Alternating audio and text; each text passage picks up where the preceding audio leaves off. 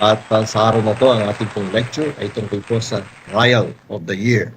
Walang iba, no? Itong Trial of the Year ay may patungkol dito sa impeachment complaint against the Vice President Sara Duterte.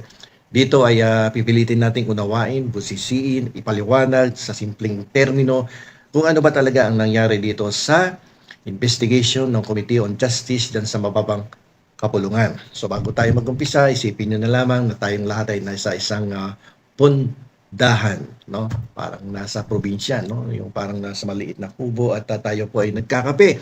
Kasama ang ating mga tropa habang binubusisi ang mga headlines sa social media, sa Facebook, sa YouTube, sa TikTok, sa Instagram, no? At pag-usapan natin ang latest, no? Ito pong tungkol sa unanimous vote ng House Justice Committee laban kay Vice President Sara Duterte. So, siyempre lahat naman tayo, yung iba hindi nakakasunod sa investigation dyan sa mababang kapulungan, kung ano ba talaga ang nangyayari dyan, no, sa kaso ni Vice President Sara Duterte. Kaya tayo naman ay gagawa ng ating paliwanag sa abot ng ating makakaya kung ano ba ang tunay na nangyari dyan sa House of Representatives. So isipin po natin, ang ating gobyerno ay isang malaking organisasyon. Kapag may hinala na mabigat na pagkakamali ang isang mataas na opisyal, mayroon tayong tinatawag na impeachment. Okay? So, dito sa balitang lumabas, ang House Committee on Justice, ang screening committee ng ating mga kongresista. Silang lahat ay nagkasundo. Unanimous ang desisyon. Ibig sabihin, walang no, walang abstain. Lahat sila ay naniwala na merong probable cause sa third and fourth impeachment complaints laban sa pangalawang Pangulo ng Republika ng Pilipinas. Dito sa unanimous vote na to, hindi pa naman nila sinasabing guilty ang Vice Presidente. Yan ang liliwanagin natin. Wala pang sinasabing guilty rito, wala pang guilty verdict. Ang sinasabi lang nila, masyadong madaming nakitang ebidensya para baliwalain ito. Kaya dapat itong i-level up sa mas malaking entablado, sa mas malaking stage, no? So dito ang Kongreso ay gagawa yan ng itong Committee on Justice, gagawa yan ng report at irerekomenda sa plenaryo na magbotohan, no? At gawin na itong articles of impeachment upang maipasa sa mataas na kulungan ang nasabing reklamo upang maumpisahan na, no, itong impeachment complaint laban kay Sara Duterte. Okay. So dito, tingnan natin yung legal na resibo. Bakit nila ito ginagawa? Itong ating mababang kapulungan. Ito po ay hindi basta drama-drama lang, no? May sinusunod po silang manual. Ito po ay ang Philippine Constitution, yung 1987 Philippine Constitution. So uulitin natin, babanggitin natin muli, bagamat ito po ay madalas kong mabanggit ng mga nakarang episodes patungkol sa reklamong impeachment laban sa Vice Presidente. Ayon po sa Article 11, Section 2 and 3, no? Dito po nakasaad sa artikulong ito na ang Vice Presidente ay pwedeng ma-impeach dahil sa mga kasalanang gaya ng betrayal of public trust o culpable violation of the Constitution. Ang Kamara po, ang House of Representatives, ang Kongreso, ang siyang may exclusive power na simulan ang prosesong ito. Okay? So, bukod sa konstitusyon, no, tungkol dyan sa nabanggit ko kanina, sa impeachable official na yan, may mga jurisprudence din tayo na dinesisyonan na ng ating Korte Suprema. Unang-una dito at napaka-popular na kaso, no, landmark case to, ito po yung tungkol kay Francisco versus House of Representatives. Ilang beses ko na din itong nabanggit at naipaliwanag pero uulitin natin dito. Nilinaw dito na ang impeachment ay parehong legal at politikal.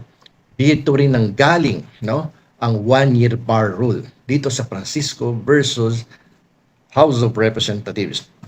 Isang beses lang pwedeng mag-file sa loob ng isang taon. Kapag gusto mo ireklamo ang impeachable official, once, no, in a year lang pwedeng magsampa ng reklamo dyan. Okay? Dito naman sa kaso ni Gutierrez versus House of Representatives, sinabi po ng Korte Suprema na hanggat sinusunod ng Kamara ang kanilang sariling House rules, hindi pwedeng pakialaman ng hukom o ng mga hukom ang kanilang proseso ng pagtukoy sa probable cause. Kasi nga 'di ba dito ngayon sa kanina, no, nakita ng 53 votes na ng 53 congressmen na na may existing probable cause. Okay, so ready na yan to move doon sa plenaryo. So, sabi ko nga, ano ang susunod na kabanata dito sa nangyari kanina sa House Committee on Justice. Dahil lusot na po sa Committee on Justice, ito po ang mga milestones na aabangan natin simula ngayong A4 ng Mayo taong kasalukuyan. Ano yung unang hakbang? Okay? Dadalhin ang report sa lahat ng mga congressman. Kailangan ng 1/3 na boto para formal na maging impeach ang opisyal. So dadalhin sa plenaryo, ibig sabihin, sa lahat ng mga congressman, kailangan makakuha ng 1/3 na votes para formal na maging impeach si Vice President Sara Duterte. Ano yung step number 2 dyan? No? Kapag na-impeach na, may articles of impeachment na, ang kaso ay aakyat sa Senado. Sila na ang tatayong judges. Ang mga congressman naman, ang prosecutors, parang fiscal sila ngayon. At ang Chief Justice, sa kaso na to, hindi papasok ang Chief Justice. Ang papasok dito, Senate President, no? Ang magpapatakbo ng impeachment trial. Kasi pag Presidente, Chief Justice, pero pag mas bababa na sa Presidente, ayun na, Senate President na. Ang siyang magpapatakbo ng impeachment trial. Okay, so ngayon, since tapos na sa Committee on Justice, papasa yan sa plenaryo, pagbobotohan, dapat makakuha ng 1/3 votes. Pag nakakuha ng 1/3 votes, pasa sa Senado. Okay, ang tanong ngayon, bakit tayo kailangan magmasid? Bakit tayo kailangan makialam? Okay, ang impeachment ay hindi lang basta palitan ng hirit sa balita o bangayan ng mga politiko. Ito ang ultimate check and balance ng ating demokrasya. Ito ang paraan ng ating konstitusyon para ipaalala sa lahat na kahit gaano ka pa kataas, ang kapangyarihan mo ay hiram mo lamang sa taong bayan. Hindi iyo yan. So, kapag nakakita ng pagkakamali ang taong bayan, babawiin sa iyo ang kapangyarihang minsan sa iyo ay pinahiram lamang. Okay? So, kasi lahat ng public official dapat maging accountable, no? Sa taong bayan, kapag may ginawa kang kalokohan, tanggal ka. No? Parang employer-employee relationship yan. Pag hindi wala ng trust sa'yo, sibak, di ba? After due process of law, syempre. Kasi ang paglilingkod sa bayan ay isang public trust. Kapag may lamat ang tiwalang iyon, tungkulin ng batas na busisiin ito. Siyempre, sabi ko nga kanina, kumbaga sa employer-employee relationship, dapat palagi may due process of law observance dito. Kahit unanimous pa ang boto. Hindi ito shortcut method, no? Na sibak ka kagad.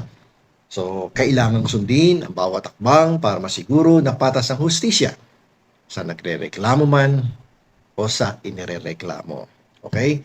So, ganyan ang lakas ng kapangyarihan ng taong bayan, no? Although palaging may observance of due process. Ngayon, ang Kamara at ang Senado ang siyang tumatayong boses natin ng ating mga kababayan. Bawat boto nila ay representasyon ng ng ating kagustuhan. So tayo 'yun, no? Nilagay lang naman natin yung mga senador. Nilagay lang naman natin yung mga kongresista diyan sa kapangyarihan. Pero tayo talaga 'yun. Nire-represent lang nila tayo. Okay? So kaya, huwag nating hayaang matapos ang usapan sa sino ang kakampi kanino. Ang totoong bida sa kwentong ito ay ang rule of law. Hanggat mulat tayo sa ating mga karapatan at sa tamang proseso ng batas, hindi po tayo kailanman maliligaw. So, ang tanong ko ngayon sa inyo, handa ba kayong magpantay hanggang sa dulo ng paglilitis nito laban sa isang impeachable official upang malaman natin gumawa ba talaga ng kasalanan at pag napatunayan na mayroong malaking at mabibigat na ebidensya, tanggalin sa pwesto. Dahil sa uli ang hustisya at ang sambay ng Pilipino ang dapat laging panalo.